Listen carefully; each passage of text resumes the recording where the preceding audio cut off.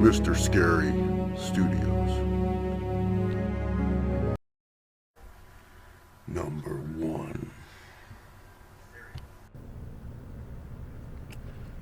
Josh swept Laura's coat off of her shoulders and hung it in the closet. "Here we are," smiling at her with affection. He inquired why. She nodded. He paused, holding her gently. "You know you're not like other girls, Laura." There was a tender kiss on her forehead, and he left. She watched him go. Over the last 5 months, she'd come to believe that he generally adored her, which made her happy. His adoration was all she wanted. The sound of clanging metal erupted from the kitchen, followed by a cheerful whoops from Josh. Laura chuckled as she went into the den and made herself comfortable on the couch. While she waited, she heard a tinkling noise coming from the closet. She looked towards the kitchen, assuming Josh would come in any second. He didn't. The tingling persisted. Laura scanned the room and hesitantly approached the closet door. The knob was old and required a good strong twist, but she was able to get it open. She was greeted by an unexpectedly musty smell and an unmistakable breeze wafting towards her from behind the coats and knickknacks in the closet. Curious and surprised, she pushed the coats to the side and gaped when a set of stairs was revealed. The tinkling continued, louder now. Laura looked behind her cautiously. Once she'd verified Josh was still in the kitchen, she noticed a light switch on the wall. She'd flicked it on and descended to the stairs. The tinkling grew louder yet. Laura looked behind her cautiously. Once she'd verified Josh was still in the kitchen, she noticed a light switch on the wall. She flicked it on and descended the stairs. The tinkling grew louder yet. Laura stared in honor. Chained to the wall were 4 women. Damn it. I'm sorry, Laura stared in horror. Chained to the wall were 4 women. Dried blood was caked around their wrists and ankles. 3 were unconscious. She hoped and hung limply.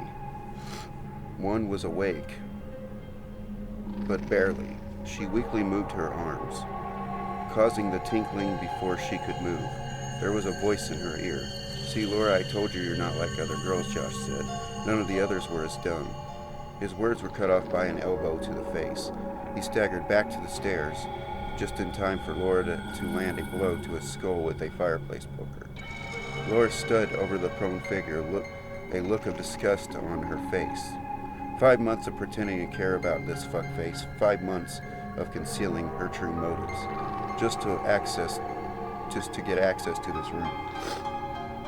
She went to the conscious woman, opened the manacles, held her when she fell to her knees, emaciated and weak. "It's okay now, sis," Laura said softly. "I'm here." Number 2.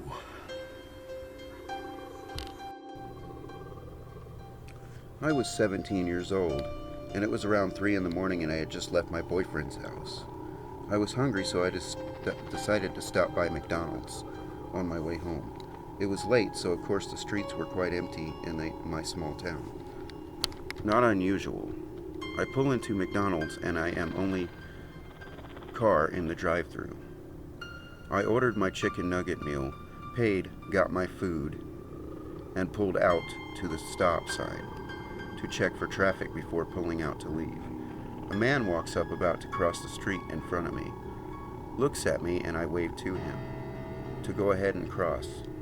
That's when he locks eyes with me and starts running full speed towards my vehicle, with his hand out reaching for my door handle.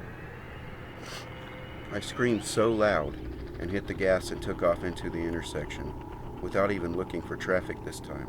Luckily I did, because I realized on the way home that my doors were unlocked. I have no idea if he was on drugs or if he was up to something else, but I am glad I escaped. Number 3. This is a letter from a confessed serial killer to his 13-year-old daughter. Dear Samantha, I'm sorry I haven't been around for a while, but you're going to have to be strong. Just like I'm trying to be strong for you. I don't know how much your mother has told you, but sooner or later you're going to hear about what Daddy did. And I want to tell you why I did it. They're going to tell you I killed those 7 kids, that I tortured them first, chaining them in that shed in the woods. You remember the place you used to build a fort there and play Princess of the Castle?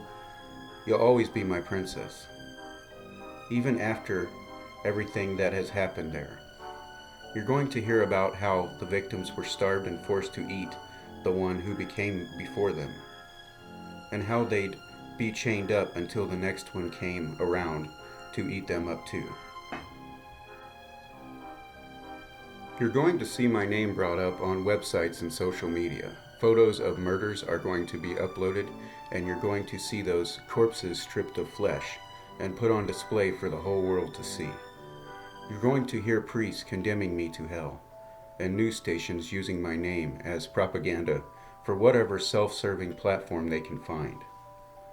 And worst of all, you're going to be feared because of your association with me. But you have your whole life ahead of you, and no matter how bad it seems now, this is not your defining moment. These weeks or months until everyone forgets won't last forever. These killings will not determine who you are. I won't be coming home again, but someday after years have stretched this memory thin, it's going to be like none of this has ever happened. That's why I did it. That's why I confessed, so you could move on and forget. That's why I never told the police that you were the one who led them into the woods. That's why I turned myself in as soon as I could found the bodies. I don't care how many of them you got. There's only one person I care about protecting, and that's my princess. If this is what you want, then you should have it. You deserve everything in this world. I know you told me that you weren't going to stop leading people into the woods. But at least try to be more careful next time. Don't take kids. Don't take anyone they're going to look for. And when I'm gone, I hope you find someone who loves you as much as your daddy does. I hope they love you so much they confess for you and you keep them playing forever. Don't ever stop playing, princess. The world is yours.